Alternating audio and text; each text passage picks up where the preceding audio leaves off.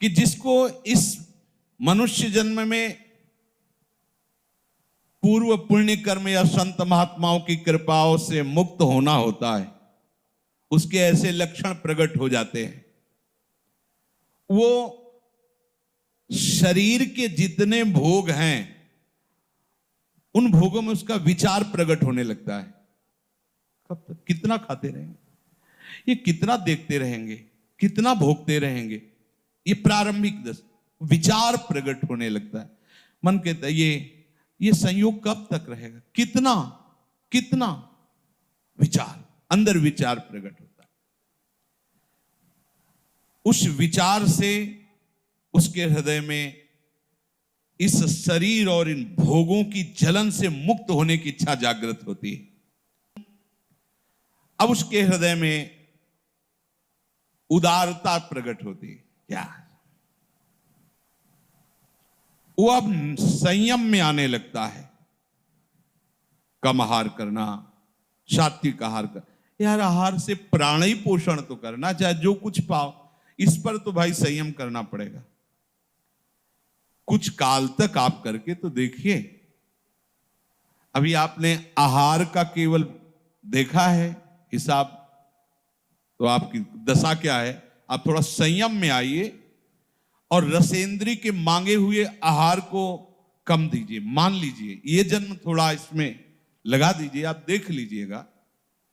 केवल प्राण पोषण होता है आहार से, लेकिन जब आप रसेंद्री से युक्त होकर फिर वो आपको और भोगों में फंसाएगा, बच नहीं सकते, पक्का नहीं बच सकते। संभालना पड़ेगा, संभालना पड़ेगा। जब तक आपकी रसेंद्री ठीक नहीं होगी तब तक आप हमारी बातों को धारण करने की योग्यता नहीं प्राप्त कर पाएंगे। समस्त इंद्रियों में चांचल्यता प्रकट करने वाली प्रमुख इंद्री रसेंद्री है, जिह्वा। इसको संभालिए, संभालिए। जगह जगह ये बात शास्त्रों में पाई जा रही कि बहुत साधना में इसका योगदान है, रसेंद्री का। बहुत संयम में रही। हमने बहुत से संत भगवान को देखा है। अब ये जो विचरण करने वाले महात्माओं घटना होती कि भाई 35 रोटी पा गए, ये पा, अब 8 दिन भोजन नहीं मिला तो 35 रोटी क्या करेगी? एक बार में पा लिया, फिर 5-6 दिन के लिए फुर्सत, वहां कुछ विकार थोड़ी आने की जरूरत है। हाँ, जब आपको बाल भोग मिल रहा है, राजभोग मिल रहा है, शयन भोग तीनों टाइम मिल रहा है, तो अल्पाहार, थोड़ा थोड़ा सात्विक आहार, भजन, हर समय आप बैठ सकते हो, ऐसी हो। अब वो ब्रह्मचर्य व्रत को धारण करेगा। उदारता, संयम, खान पान, ये सब, और ब्रह्मचर्य। सच्ची मानिए ये अलौकिक व्रत है। ब्रह्मचर्य धारण करने वाले को बादाम, हलवा, घी इनकी जरूरत ही नहीं भाई, बिल्कुल सच्ची मानिए। जैसे तप्त भूमि में पैर कैसे पड़ता है, एकदम ऐसी बिजली रहती ब्रह्मचारी के शरीर, बिजली। 60 किलोमीटर बिना विश्राम किए चलते देखा है। पीछे भी चर्चा की थी, हम हार गए। कमंडल हाथ में छड़, ब्रह्माकार वृत्ति, चले जा रहे। कब आहार मिलेगा, कब विश्राम, कोई मतलब नहीं। आहार, भगवदाकार वृत्ति। ब्रह्मचर्य अत्यंत आवश्यक, जिसे आप खिलवाड़ समझ रहे हो, ये बहुत बड़ी हानि है। जिन लोगों को ऐसा लगता है कि ब्रह्मचर्य छीण करके हम घी दूध पी करके, या मकर और कौन सी भस्म और स्वर्ण भस्म, मकर ध्वज और क्या क्या, भाई ये सब उसकी पूर्ति नहीं कर सकते। ध्यान रखना, जो ब्रह्मचर्य आपका छीण हुआ, जो नस नाड़ियों का अभ्यास आपका गलत बन गया, उसको कोई भी भस्म, कोई भी औषधि, कोई भी घी दूध बादाम पिस्ता ये पूर्ण नहीं कर सकता। ध्यान रखना। जिन लोगों को ऐसा लगता है वो भ्रम में है, वो भ्रम में है, वो भगवत आराधन की योग्यता खो देंगे। ब्रह्मचर्य अत्यंत आवश्यक है। नींद पर काबू पाने के लिए, शरीर पर शासन करने के लिए, मन पर शासन करने के लिए, दिव्य आनंद का अनुभव करने के लिए ब्रह्मचर्य नींव है, नींव। भले आप गृहस्थ में हैं तो शास्त्र आज्ञा करता है संतान उत्पत्ति आदि के लिए। बस बहुत जन्म हो गए खिलवाड़ करते हुए, थोड़ा तो संयम में इस जन्म में आ जाओ, चाहे गृहस्थ हो चाहे विरक्त हो। ऐसी प्रवृत्ति जो हम अनेक जन्मों से करते आए हैं, वही इस महामहिम मनुष्य शरीर को प्राप्त करके हम पुनः गलती दोहरा रहे हैं। अब हमको वो करना है जो आज तक किया नहीं। आज तक भोग करते रहे तो अब ब्रह्मचर्य से रहेंगे, आज तक विषय चिंतन करते रहे तो भगवत सेवा चिंतन करेंगे, आज तक संसार के रूप का चिंतन करते अब स्वामी के रूप का चिंतन करेंगे, आज तक संसार का नाम गुणगान करते रहे प्रपंच का, अब मैं प्रपंचातीत प्रभु के नाम का, उनके गुणों का गायन करूंगा। जब जिसको भगवत प्राप्ति होनी होती है मनुष्य शरीर में, तो ये संयोग प्राप्त होना शुरू हो जाता है। वो शास्त्रों का स्वाध्याय करने लगता है। इंद्रियों की चांचल्यता उसे अच्छी नहीं लगती, देखना सुनना बोलना, वो गंभीरता आने लगती है। कोई भी उससे बात करे मुस्कुराकर, ऐसा दयाचित, सब पर करुणा करने वाला उसका स्वभाव बनने लगेगा। चित्त विषय चिंतन के लिए लालायित नहीं होगा, लालची नहीं होगा, चित्त उदासीन हो, कुछ अच्छा ही नहीं लगता।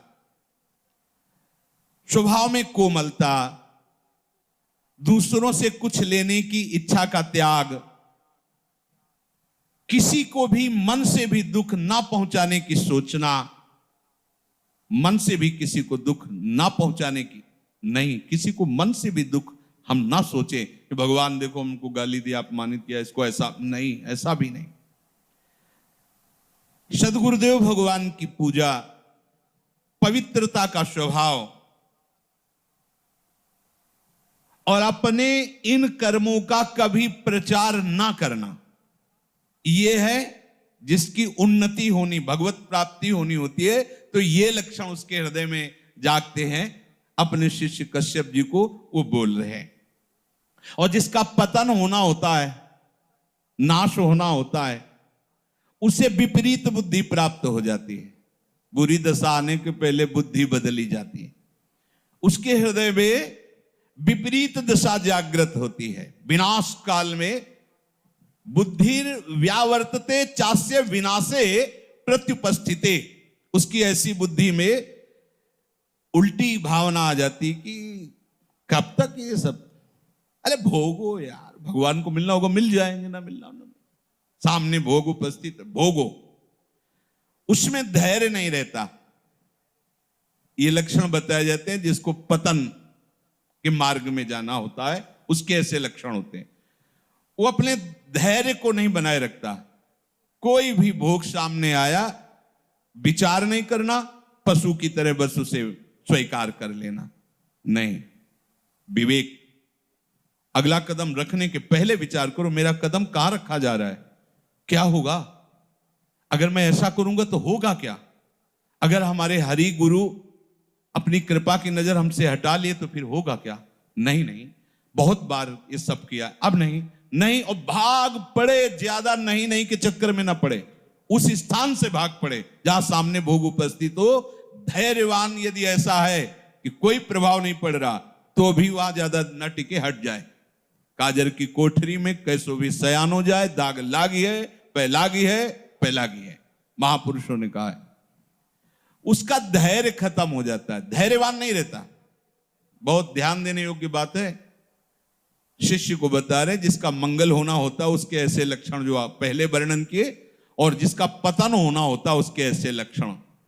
अब वो विषयों के अनुकूल समय में मन पर अधिकार ना होने के कारण वो अपनी प्रकृति के विरुद्ध आचरण करना शुरू कर देता है।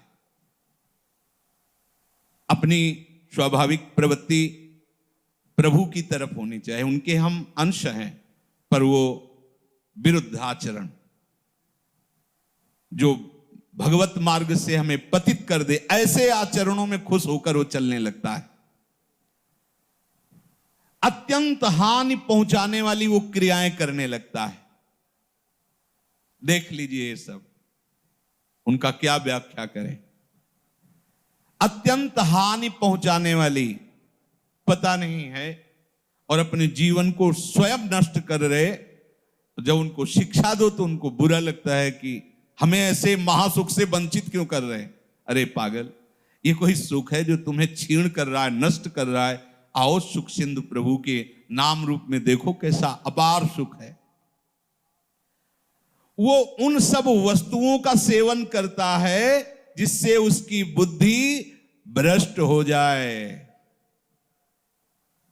होटल से मंगाओ भोजन, माना बहुत साफ स्वच्छ दिखाई दे रहा है, लेकिन बनाने वाले का कैसा आचरण है, कैसे बना रहा है, क्या विचार है, कैसी पद्धति से बनाया गया है। आपको शीशा के अंदर रखे हुए सुरक्षित दिखाई देते, लेकिन उस समय क्या है, सब अच्छा है, पर उसका विचार क्या है, उस समय का विचार उसके अंदर संस्कार डाल रहा है।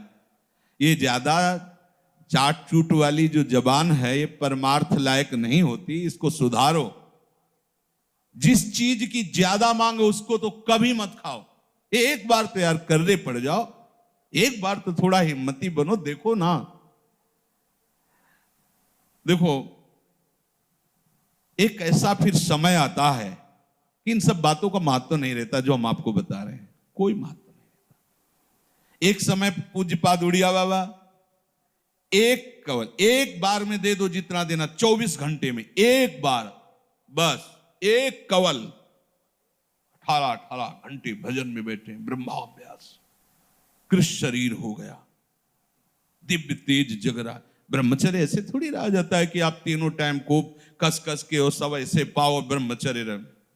देखो कितनी मांग है, उचित दिया, वो अपने आप पचेगा ना, उसको भी तो पचने का समय दो। सब भरते रहोगे तो पचेगा कैसे, वो फिर पतन हो जाएगा उसका। उसको पचाने के लिए सामर्थ्य चाहिए।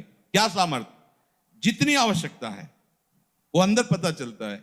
जहां थोड़ा ऐसा लगे कि हम छक रहे हैं, बिल्कुल उसके आगे एक कवल भी मत पाइए। अभ्यास बना लीजिए, उतना ही रखिए। और अगर ऐसा लग रहा है कि पाने की थोड़ी इच्छा है और थोड़ी नहीं है, तो बिल्कुल मत पाइए। उसमें आपका ब्रह्मचर्य पचेगा। जो आपके अंदर जठराग्नि हो, आपके ब्रह्मचर्य को विशुद्ध करेगी। और धीरे धीरे ब्रह्मचर्य जब स्थित होने लगता है तो ऊर्ध्वगामी होने लगता है। जहां ब्रह्मचर्य ऊर्ध्वगामी हुआ तो दिव्य तेज, दिव्य शक्तियां, दिव्य ज्ञान अपने आप जागृत हो जाता है। ये इसीलिए, इसी आनंद के लिए तो मुझे मनुष्य शरीर मिला है भाई। काहे को, जो बहुत बार, अब नहीं, अब जो एक बार भी नहीं हुआ वो करेंगे। क्या, भगवत आराधना, संयम से रहकर प्रभु के मार्ग में चलना।